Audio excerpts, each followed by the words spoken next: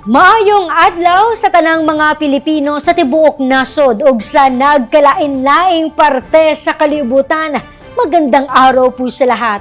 Ako po si Claudette Loreto at ito ang Valiente News. Araw-araw mula Lunes hanggang Biyernes sa ganitong oras ay ibabahagi namin sa inyo ang mga balita at iba't ibang impormasyon tungkol sa Office of the Vice President.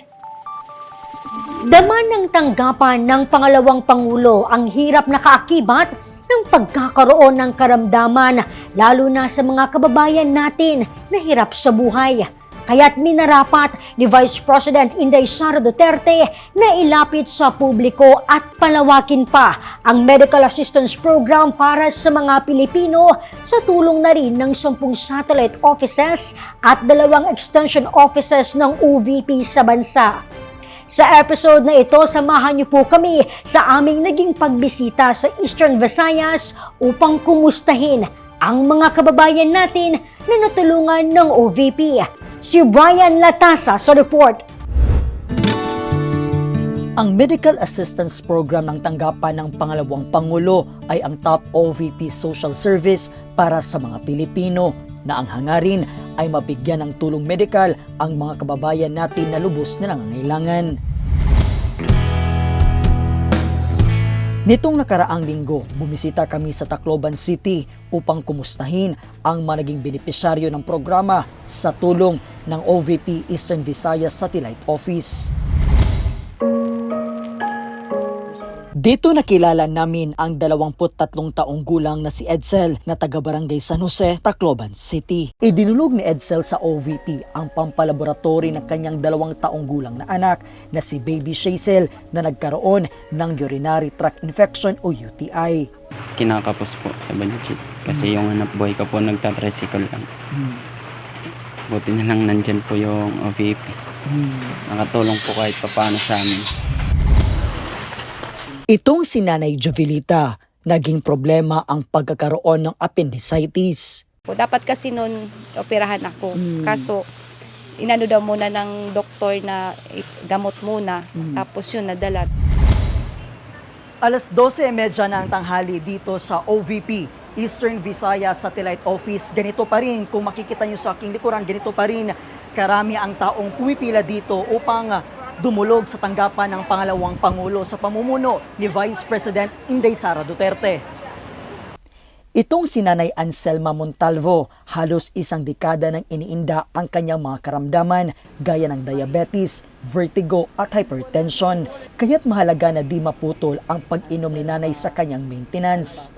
Ngunit hamon naman para sa kanya ang pera na pambili ng mga ito, lalo't sapat lang ang kanyang kinikita sa pagtitinda ng kalamansi sa palengke. Gamot talaga kay pag kahit ito nagtumar, itong inom, mamamatay ka rin. Dami nang namatay doon sa may amin diabetes. Maliban sa iniinda na karamdaman, dagdag pahirap pa sa ating mga kababayan ang gastos sa pagpapagamot. Kaya't malaking bagay para kina Edsel, Jovelita at Nanay Anselma ang Medical Assistance Program ng Office of the Vice President. Ang pera kasi na sanay pambayad sa ospital o gamot ay kanila na lamang inilaan sa iba pa nilang pangangailangan gaya ng pagkain. Malaking tulong po kahit paano yung papalaboratory po namin. Binili na lang po namin ng bigas at saka ulam. Maluwalwa rin si Nanay Jovelita habang kinukwento sa amin ang naging malasakit ng OVP sa mga nangangailangan ng mga Pilipino.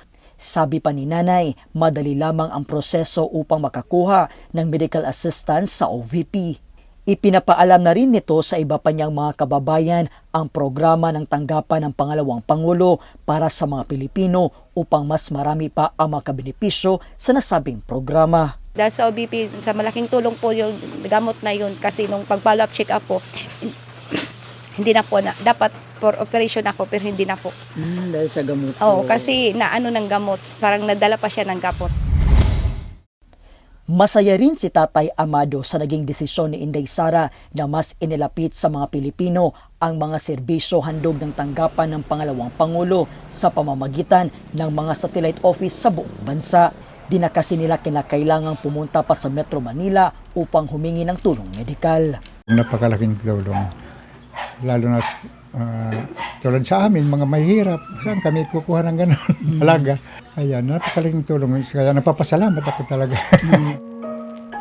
Narito naman ang kanilang mensahe para kay Inday Sara. Maraming salamat po, Inday Vice President Sara Duterte, sa tulong niyo po sa aming pamilya, sa aking pamilya. Vice President Ma'am Sara Duterte po, maraming salamat po dahil po sa programa ninyo na dito sa Tacloban na OVP, Office of the Vice President, marami pong natutulungan katulad naming mahirap po dito sa Tacloban, ma'am. More blessings po sa inyo, ma'am. Maraming salamat po.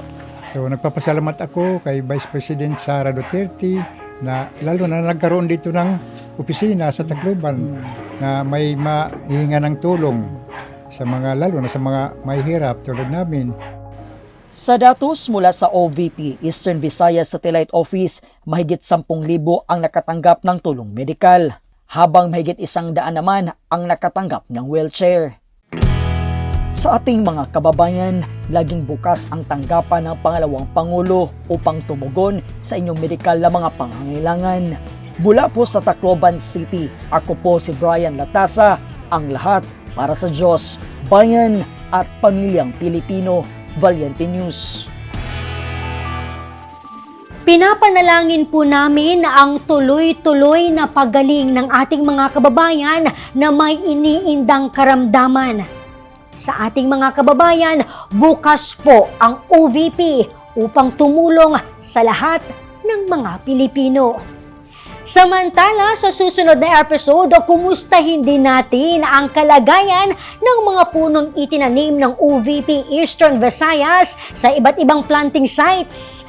Para sa karagdagang detalye at impormasyon, maaaring bumisita sa aming website na valiantenews.com o mag-subscribe sa aming official YouTube channel na Valiante News.